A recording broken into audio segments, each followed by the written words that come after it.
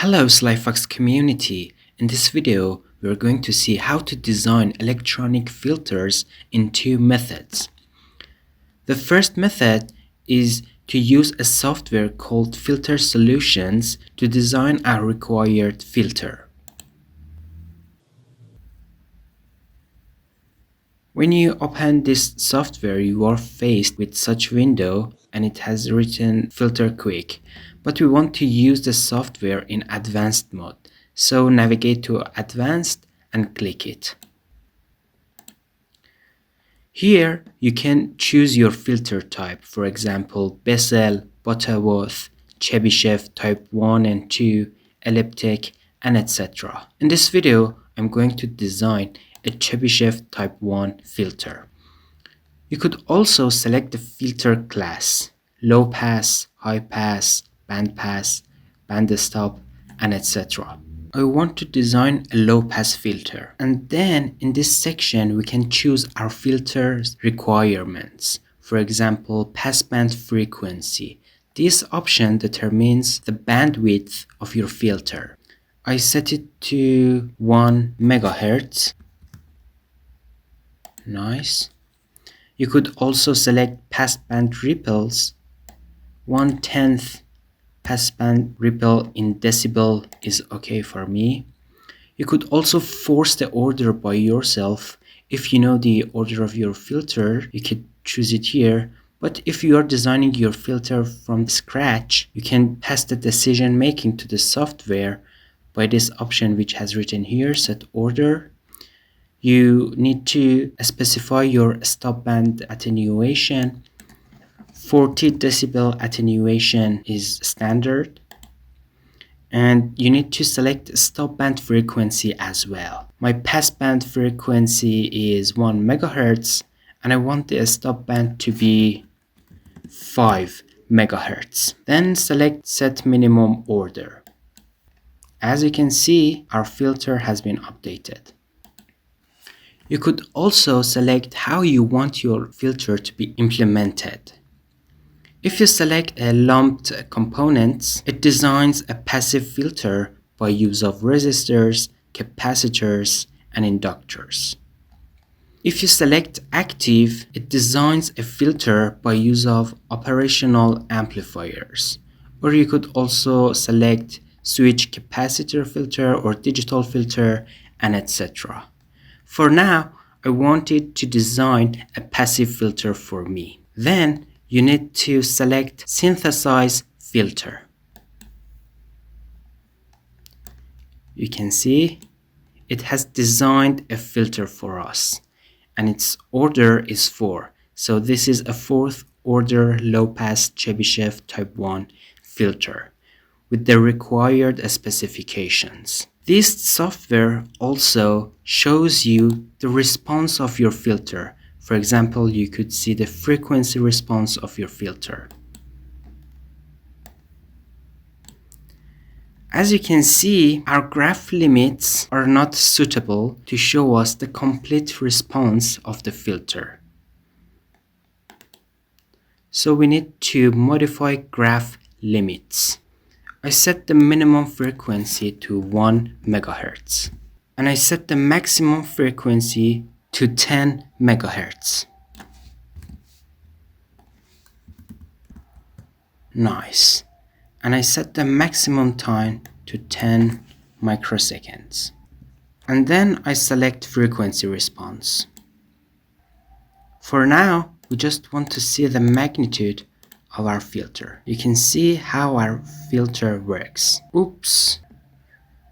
We need to set the minimum frequency to 1 hertz.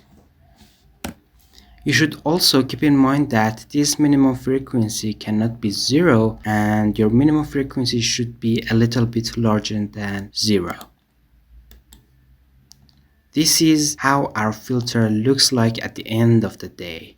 You can see it works fine until 1 megahertz and it does not attenuate our signal, and after 1 megahertz it starts attenuating our signal, which is exactly what we want. You could also see the magnitude of your filter in decibel. Here is the response of the phase, group delay, and you could see things like a Smith chart and polar. You could also see the time response of your filter as well.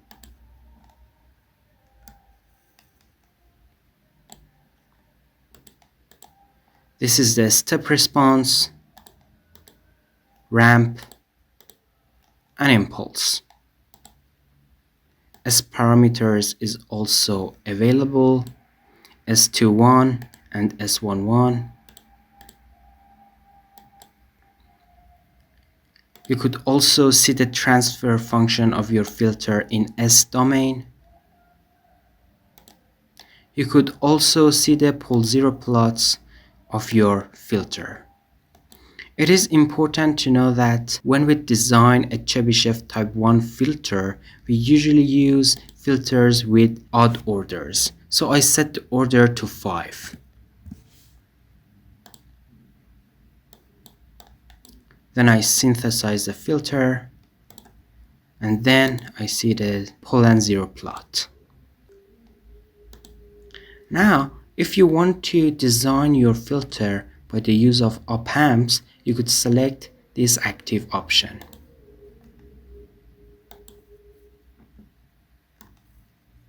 You see, now our filter is synthesized by use of operational amplifiers. And as before, you could see frequency response and time response and etc. Even though this software is so user-friendly and you could design filters in active and passive formats and designs almost all types of filters, but this software is licensed and you need to purchase a license to be able to use it. Next, we are going to see another method which is not licensed and you can use it for free. To do that, you need to head to your browser, then search Analog Devices Filter Wizard. Enter the website. When you enter the website, it asks you to select your filter type. I select low pass. Here you can see set the passband gain, and I set its frequency to 1 megahertz. Then you need to set the stop band requirements. 40 decibel attenuation is okay, and I set the stop band frequency to 5 megahertz. Nice. You could also decide between the trade-off between fewest stages and the fastest settling. Chebyshev has the fewest stages and Bessel has the fastest settling. I want it to be a Chebyshev filter. It has designed a third order Chebyshev filter with 2 stages, and you could see different plots like magnitude in decibel and in output voltage divided by input voltage, phase, group delay, step response, stages, and etc. You could also see the circuit, and in fact it has designed an active filter for you, and it has suggested op-amps to use in your circuit that are designed and manufactured in analog devices and exist in the market. You could also optimize it for voltage range, low noise, and low power, and it suggests different operational amplifiers each time.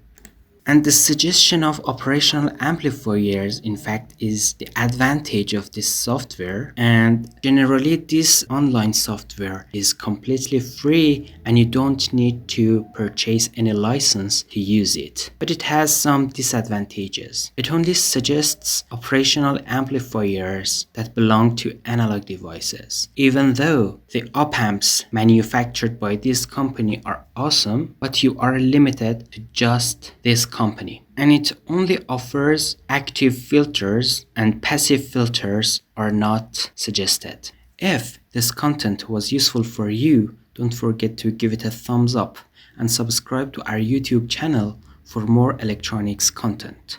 Good luck.